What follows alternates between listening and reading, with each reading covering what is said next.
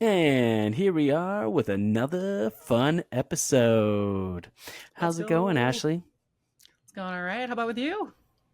Not bad, not bad. Excited. This is actually it was a little budding idea. Now we've got episodes under our belts. It feels pretty good. I'm really excited to hear what you have to share today. Yeah. So Excited. so again, as a reminder, we're going through the entire discography of GC Records. We had looked at the first ever release. It was a 7-inch vinyl record. Then we did our first CD. It was a compilation, songs from all over the world. And then we decided, okay, now that we know how to do CDs, let's do a full length. We got this demo tape from Norway, and it was such beautiful fuzz pop that we were like, you know what? They approached us, so let's see what we can do here. And so this was the first full length album that the label ever put out. Band is called Porn Shot. Singer's Fiona Sandvik, and just really really cute. Melancholy kind of stuff. I mean, it was recorded in the year 1999 or 1998 rather. Came out February 1999. So has very very strong 90s vibes, but was also kind of forward looking. Was also you can almost tell that the songwriters really really loved Weezer and that type of music. And so we took a shot. We offered him, hey, basically we'll pay for these CDs to get made. We'll ship them all the way to, Norway. You guys sell them for whatever you want. Keep that money. We'll sell these and hopefully make some money enough to put something else out after that. So rad. Um, So, they quick question. agreed. Oh, Yeah. go ahead. Finish your story. So I don't want I to was just gonna say interrupt. they agreed. We went through it, and then the CDs got stuck in customs in Norway because they couldn't figure out what these huge, heavy boxes were. And Oh, the band at first was like, "Hey, so you guys tricked us? Like, are there no?" I was like, no. "I swear." This was 1999. I was like, okay, there is no online tracking system. I promise you, we sent, we mailed these out, all that. And then eventually their postal service contacted them. They went and signed for it, picked it up. Everyone was happy. Stressful. Yeah. What were you going to ask, though? Oh, because I lack the education in this area, could you give a little overview of what fuzz pop is? Doesn't have So to be I like a would formal answer. say, yeah, and there is no formal answer to that, I don't think. But I would say, um, when you think of pop music, obviously that um, changes by decade, by era. I mean, Mm-hmm. pop music of the 40s is not pop music of the 70s, right? And so it's just whatever's popular, what's popular now. But by and large, that being said, pop music has always kind of followed formulas, followed structures. I mean, there are YouTube videos upon YouTube videos of people breaking down the most used chords, and they go through like 100 songs, and they're like, "Yep, that's the same chorus, same like done in a different way, or here it's a guitar, there it's a piano." Um, and so fuzz pop, I guess, is it's kind of like this has the sensibilities of being pop. Mm-hmm. It could very well have become Cyndi Lauper, Beyonce, Lady Gaga, level, Mm-hmm. but the guitars have distortion. Oh, But okay. it's unclean. It's not super polished. There's no auto tune on the vocals. It's not polished, essentially. Okay. And a lot of the musicians who do that kind of stuff, the Mm-hmm. lo-fi, the fuzz stuff, they know how to make it sound good. They are, you know what I'm saying? Like they Yeah, record very it and it sounds intentional brilliant, and then they add filters and for mess sure. it up from there, kind of. And we're gonna get into these songs right now. Nothing is messed up about it. That is not where I'm trying to get at. But they put a fuzz to all the instruments. Not really, but that's kind of the idea that that name wants to evoke. Like it's Okay. kind of like pop music. It's kind of poppy, but it's fuzz. It's kind of dirty, grungy. Yeah. It's A not little grunge intention, music, but like an intentional, like acoustical noise kind of mm-hmm, enveloping the mm-hmm, sound a little bit. Okay. exactly, Okay. exactly. Cool. So, which I guess to a certain extent you could say Weezer is pop music, and they were very much influenced by at least a few albums there. But it is very, very 90s. So let's go ahead and put on song number one. And this is a song called Later. And it's just the cutest love song where it's almost like you're pining for this other person, and you're like, well, you know what, we'll do it later. We'll do it later. Kind of like from coming from a shy place. And here we go. Later from Porn Shop. I'm losing that game. Never thought of winning. My desire is pain, though my anger is breathing. I thought I had time to stop. Well, I stepped on a needle. I'm too afraid to give up. I will touch you later.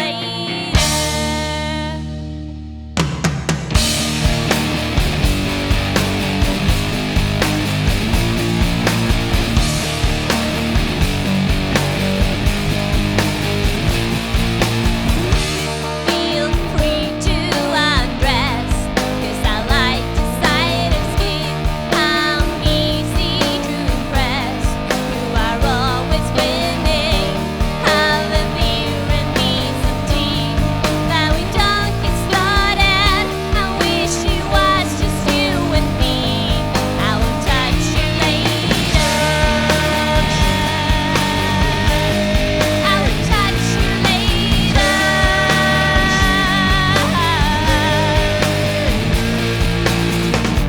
But you don't want back, 'cause nothing happens, and you still have to look for a chance that might come true. And I knew that excitement, but you never know. Wish you touched me later. Touch me later.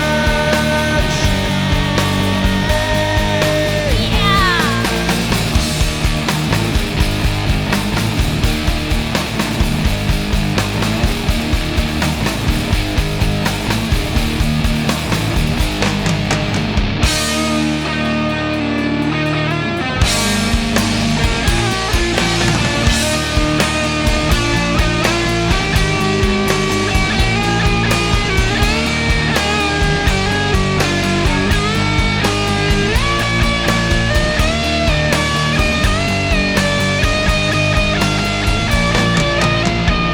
I'm losing that game.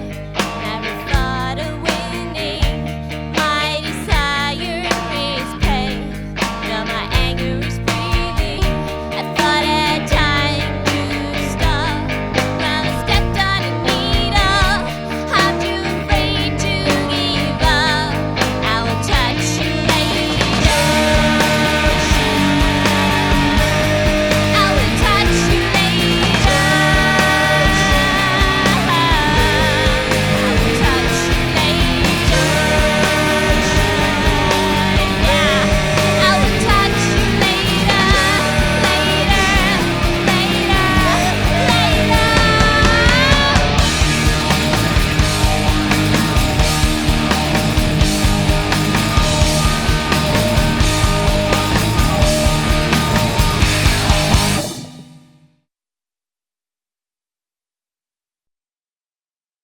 That's quite different than the last two podcast episodes. What do you think? Extremely. a wave of nostalgia flooded over me with the chord progressions and the sound, which was lovely. Everybody loves that beautiful feeling of nostalgia. Mm-hmm. Um, the I still love, and I feel like we heard this a little bit in a previous episode, but that like juxtaposition of sound with this like really kind of cute, very, very feminine voice with this like just kind of rock-ish background. I'm not gonna say it's all the way Rock, too rock, yeah, but like that, like bombastic drums, yeah, super distorted guitars, yeah. yeah. I definitely hear how it 100% has that potential to go fully into the pop realm, but there's just a little bit of that. I want to say like the funk on it, but like the Mm-hmm. good funk. Um, so random question, but the content of that song and the context of that song, which is kind of that shy, like I'm not quite in a position to approach you, Mm-hmm. mystery Mm-hmm. human with Mm-hmm. the skin, and the band name Porn Shot. Mm-hmm. Do you know the origin of that name? So Did they I speak don't I English when don't you were know in why Portugal? they picked it Okay, specifically. totally fair. Yeah, but so hopefully they don't listen to this, but there is a little bit. So the the lead singer was dating the drummer, and Oh, so that's the I story. feel like half of the songs were written for the drummer, like about the drummer. Okay. Gotcha. But I mean, then even before we could put out another out, like they showed up on they showed up on another compilation, which we'll get to. Um, but another full length never came after they broke up. The band also kind of broke up, and so so I feel like when you listen to this album, there, like half of it was written for him, and then the other half were like pining for something else. Maybe I don't know. So that it's adds so kind of much more hard intrigue to to, exploring the whole album. yeah, This which you should. complicated That's yet classic romance drama. mm-hmm. Yeah, and again, a lot of it is probably inferred, and it's probably all the baggage you bring to the lyrics, you bring to I the mean, songs. you But know, because we it's know always the fun to inside speculate. story, um, Interesting. so yeah, very cool. They sent us, like I said, they sent us a cassette tape to our PO box in California, and I popped it in, and because at that time, 1998, 1999, I had a Mm-hmm. tape player in the car, stuck it Yeah. in, and it was just so 90s, so adorable. Um, Interesting factoid. Very, very recently, there was a UNLV Department of Film co-curricular project, a film directed by one of the professors, Brett Levner, but co-curricular. So it's students working on it, faculty, alumni, like everyone's pitching in, kind of thing. Mm-hmm. And it takes place in the 90s. So they were like, ooh, we kind of need. And I was like, well, GC Records, I will, since this is a student faculty no budget thing, like we'll license these songs to you for $0. And so, but then it was up to Brett's editing students to go through and decide what songs to choose, and a Oh, few how of the Porn Shot fun. songs made it in, and that was no Let's surprise. go. Yeah, they're awesome and perfect for It's like capturing a perfect. lot of the energy of that time. Mm-hmm. Totally. Oh, that's so fun. Fits so well. And so, quick shout out UNLV Film. Quick shout out Professor Brett Levner. So cool. It's fun, and they're in their post processing era of the film, so hopefully it gets released soon.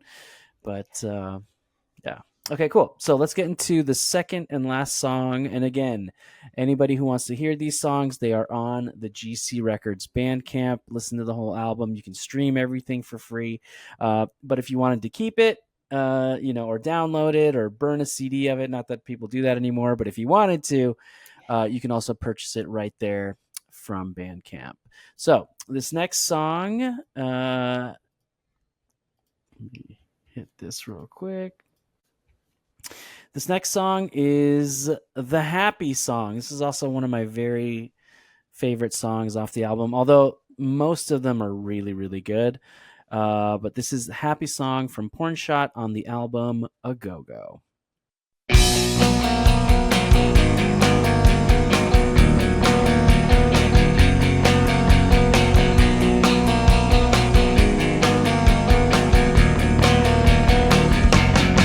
Lift my head up to your face and kiss my eyes goodbye. It's too late to be sorry. You know I'll go away. You and me, me and you.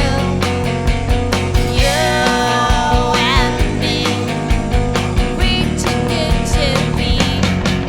In my heart, I still love you, but you're too good for me. It's too late to be sad. You know I'll go away. You and me and you. You and me, we were never meant to be.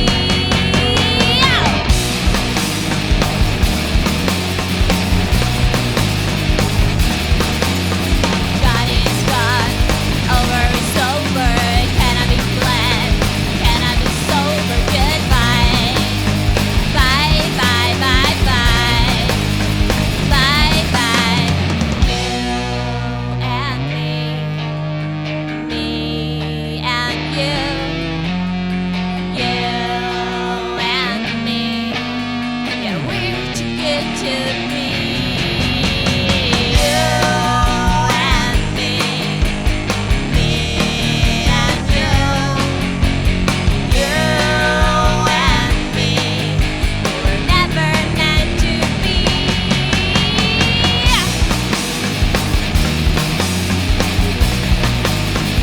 Oh, God is gone, over is over. Can I be glad? Can I be sober? Goodbye. Bye, bye, bye, bye. Bye, bye, bye, bye. Bye, bye, bye, bye, bye, bye. Bye, bye.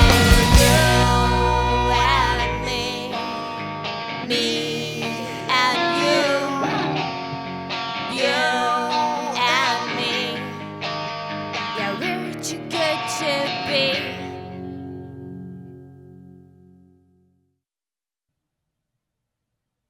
Love that song. But again,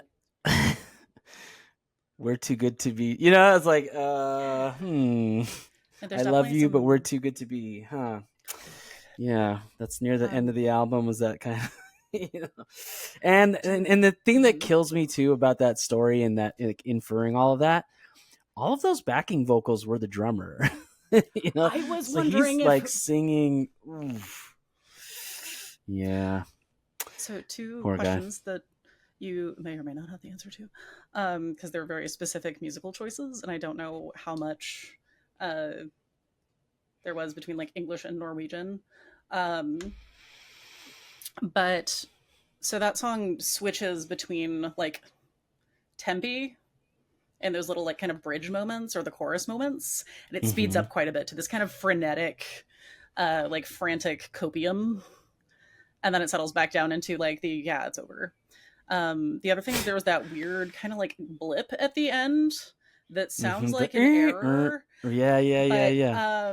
it could Mhm. also definitely be like a musical clue of the breakdown of the relationship. And I'm wondering if you knew if like that was an intentional Ooh, musical choice, because that's what I no, I heard was like a don't. But musical like that, burp.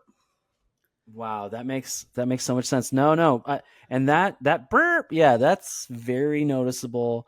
Um, and I always just assumed that, you know, there are those recordings of like the old jazz greats where you Mhm. can almost hear the clothing on their back shifting as they're, Yes. you know, thumping on the cello or whatever it is. Mhm.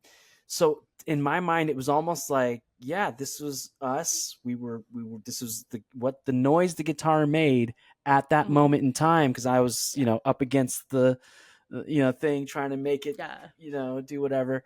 But as a this thing is breaking down kind of noise. Wow, that just blew my mind. But in terms of like the translations, like I never had to speak Norwegian, which was nice. Cool. Everyone in Sounds like it. Scandinavia, they all know English. Like they all watch American That's fantastic. TV. I think. So Well, it spoiled. might be different now, but when I visited Sweden, like all of the TV, 50% of it was dubbed. I Oh. mean, like the stuff that they like the Fresh Prince of Bel Airs and Dragon Yeah. Ball Z's and all these things that were syndicated. 50% of them were dubbed into Swedish, and the other 50% just subtitled. So That's awesome. they consume a lot of American films and TV and stuff like that, and so they all know how to Interesting. speak English. In fact, I don't even think they sing Norwegian on this album. It's all English. That's so wild. Yeah. One cute little anecdote too. When the album first came out, we got a press review of it, and the place they recorded it was called Passan, which I guess was the guy's name, and it's so Scandinavian, but Passan's Garage. And in this review, they were like, "Oh my god, this sounds so amazing, despite being recorded in a garage." And I was like, I think the recording studio was called that. I don't think it was really his garage, Yeah. It could have been, name. but that's like 2024 home equipment. Like, I don't know. I don't know if in 1999 in a Norwegian garage, I think it was just what the studio was called, I think so, given the quality of the recording we got. Like, yeah, there's some noise on it. But given unless it's a aggressively sound treated garage, the quality was way too good for that to actually be homie's garage. An actual garage. Yeah, and so I just always thought that review was cute. I was like, "Ah." And there's no rebuttal system with reviews. You just get what you get, That's true. Like we have a band on the label called The Rifleman, and the name comes from the 70s TV show The Rifleman.